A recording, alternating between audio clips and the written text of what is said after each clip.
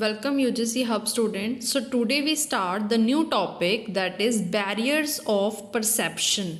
So firstly we found what is the meaning of perception. Perception का main meaning क्या है? तो perception का मतलब होता है perceive करना. Perceive means you already know कि एक human nature की 5 senses होती हैं, ठीक है? तो जो 5 senses के थ्रू अगर आपको कोई एक्सटर्नल इन्वायरमेंट से कोई भी इंफॉर्मेशन मिल रही है तो आप उसको कैसे अपने माइंड में परसीव करते हो, कैसे उसको अपने माइंड तक पहुंचाते हो. फॉर एग्जांपल अगर आपने कुछ पॉजिटिव कोई सिचुएशन देखी है, इवन आप फ़ोन में भी अगर कुछ पॉजिटिव देखते हो, कुछ भी ऐसा जो आपको अच्छा लगा, बट आपके माइंड में आपने उसको ऐसे परसीव किया कि वो नेगेटिव है. किसी ने अगर कुछ पॉजिटिव पॉइंट्स बोले, किसी ने कुछ स्टोरी लगाई या कुछ भी, वो अपने पॉइंट ऑफ व्यू से लगा रहा है, बट आप उसको कैसे अपने माइंड में परसीव कर रहे हो.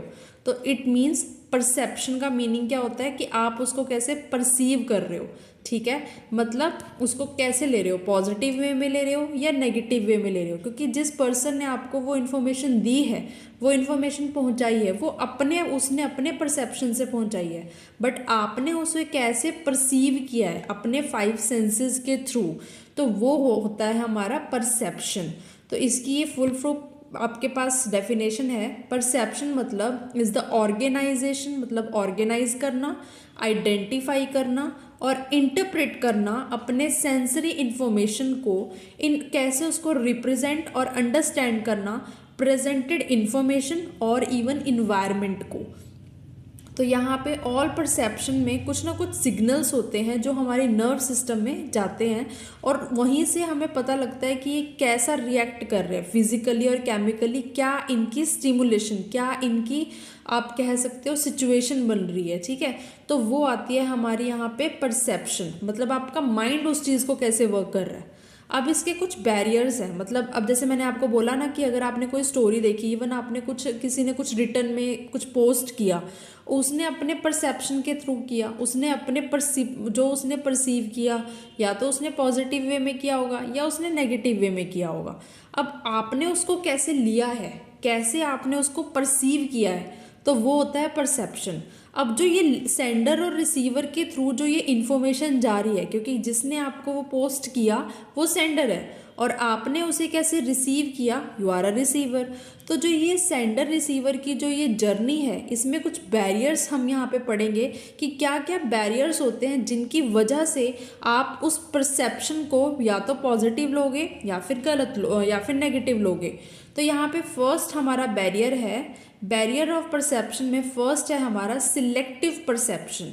सिलेक्टिव में है कि अगर आपने पहले से ही मान रखा है कि ये पर्सन ही गलत है और ये जो भी पोस्ट करेगा वो नेगेटिव ही करेगा, मतलब आप देखना वही चाहते हो, आप वही देखना चाहते हो जो आपको दिख रहा है. मतलब जो आपको दिख रहा है ना, जैसे फॉर एग्जांपल आप वही देख रहे हो जो आप देखना चाहते हो, ठीक है. आप कह रहे हो कि नेगेटिव है, चाहे उसने पॉजिटिव लिखा हो, बट आप उसको कह रहे हो कि ये नेगेटिव है, तो आप उसको नेगेटिव में ही लोगे, इवन वो पॉजिटिव ही क्यों ना हो.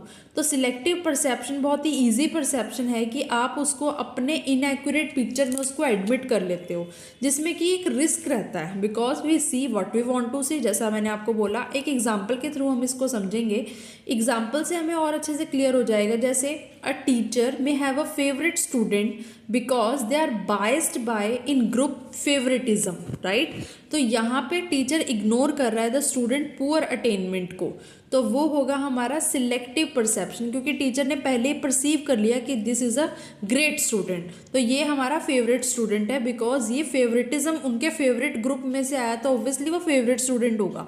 तो ये है हमारा first selective perception. I hope you understand. अगर कोई डाउट है तो आप कमेंट में बता सकते हैं. अब सेकंड हमारा बैरियर है एट्रीब्यूशन. एट्रीब्यूशन का मतलब होता है, एट्रीब्यूशन मतलब जो आप एट्रीब्यूट कर रहे हो अपने एक्सटर्नल और इंटरनल फैक्टर से. 2 फैक्टर्स होते हैं हमारे यहाँ पे, एक्सटर्नल और इवन इंटरनल. अब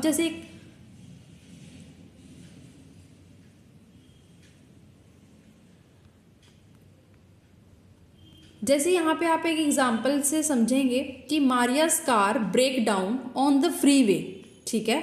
मारिया की कार रुक गई फ्री वे में. अब वो बिलीव करे कि जो ये ब्रेकडाउन हुआ है ये इसलिए हुआ है क्योंकि उसने अपनी कार को इग्नोर किया, तो वो तो अपने में कमी निकाल रही है, तो she is making an internal attribution. But अगर वो बिलीव करे कि ये ब्रेकडाउन बिकॉज हुआ है बिकॉज कार ही पुरानी है, कार इज़ ओल्ड, तो वो आपका एक्सटर्नल एट्रीब्यूशन होगा। ऐसे ही एक और एग्जांपल है, जैसे कि यहाँ पे दो पर्सन हैं, एक है एना एक है बेन। तो यहाँ पे जो बेन है वो एना के लिए एट्रीब्यूट कर रहा है कि Anna is unreliable, she can't even attend a meeting on time. और उसके रिवर्स में जो एना है वो भी बेन के लिए एक एट्रीब्यूट, एक परसेप्शन अपने माइंड में ला रही है कि Ben is incompetent, he can't finish his project on time. तो यहाँ पे हम एक एट्रीब्यूट कर रहे हैं एक पर्सन के बिहेवियर को उसके कैरेक्टर से, without taking into account limitation, और हमें उसके पर्सन के बारे में पता भी नहीं है बट फिर भी हम उसको जज कर रहे हैं। अब हम इसकी यहाँ पे डेफिनेशन पढ़ेंगे। एट्रीब्यूट का मतलब होता है इंडिविजुअल की टेंडेंसी से हम उसके एक्शंस को, उसकी पर्सनैलिटी को जज करना। ठीक है, ये तो आपके एक्सटर्नल फैक्टर्स भी हो सकते हैं और इंटरनल फैक्टर्स भी हो सकते हैं। उसके बाद है हमारा third barrier, very very famous important barrier, that is stereotyping. आपने एक वर्ड भी बहुत बार यूज़ किया होगा कि this he she is a stereotyping, he is a stereotyping. तो स्टीरियोटाइपिंग का क्या मतलब होता है? स्टीरियोटाइपिंग मतलब judging someone on the basis of one's perception of the group.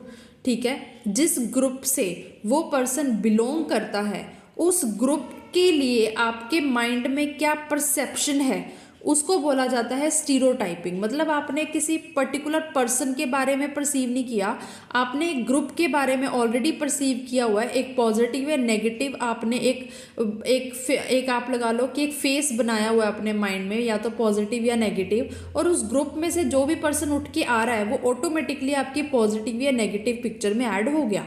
तो stereotyping means judging someone on the basis of one's perception of the group to which that person belong. I hope you understand कि मैं क्या बोल रही हूँ, कि एक जैसे एक सोशल ग्रुप होता है, तो अब जैसे वो ग्रुप, फॉर एग्जाम्पल मैं आपको एग्जाम्पल से भी बताऊंगी। ये देखिए, जैसे आप फर्स्ट पिक्चर देख पा रहे हैं, इसमें Muslims, all Muslims are not terrorist, but हमारे माइंड में एक परसेप्शन बनी हुई है कि जो मुस्लिम्स हैं मोस्टली आर टेररिस्ट, राइट। तो अब यहाँ पे ये कह रहे हैं कि स्टीरियोटाइपिंग परसेप्शन, एक स्टीरियोटाइपिंग बैरियर है किसी पर्सन को पहचानने में, उसके बारे में परसीव करने में एक ये बैरियर आ जाता है कि आप उसको पहले से ही मान बैठे हो कि he is already a terrorist because he is from Pakistan. ठीक है, तो this is called a stereotyping barrier. I hope you understand कि ये बैरियर कैसे काम करता है। Okay, so last one barrier is hello effect. Hello effect और स्टीरियोटाइपिंग मोस्टली थोड़ा थोड़ा ये डिफरेंस है इसमें, जैसे मैं आपको भी बताऊंगी। हेलो इफेक्ट का मतलब होता है कि आप किसी पीपल को जज कर रहे हो एक सिंगल ट्रेट से, मतलब आप जैसे बोलते हो ना कि first impression is the last impression, mostly ये इसी इफेक्ट में आता है कि आपने किसी को फर्स्ट टाइम देखा उसी से ही उसके बारे में जज कर लिया, चाहे वो फेवरेटिज्म हो चाहे वो अनफेवरेटिज्म हो, चाहे वो अच्छा हो चाहे वो बुरा, बट आपने उसको ऑलरेडी जज कर लिया।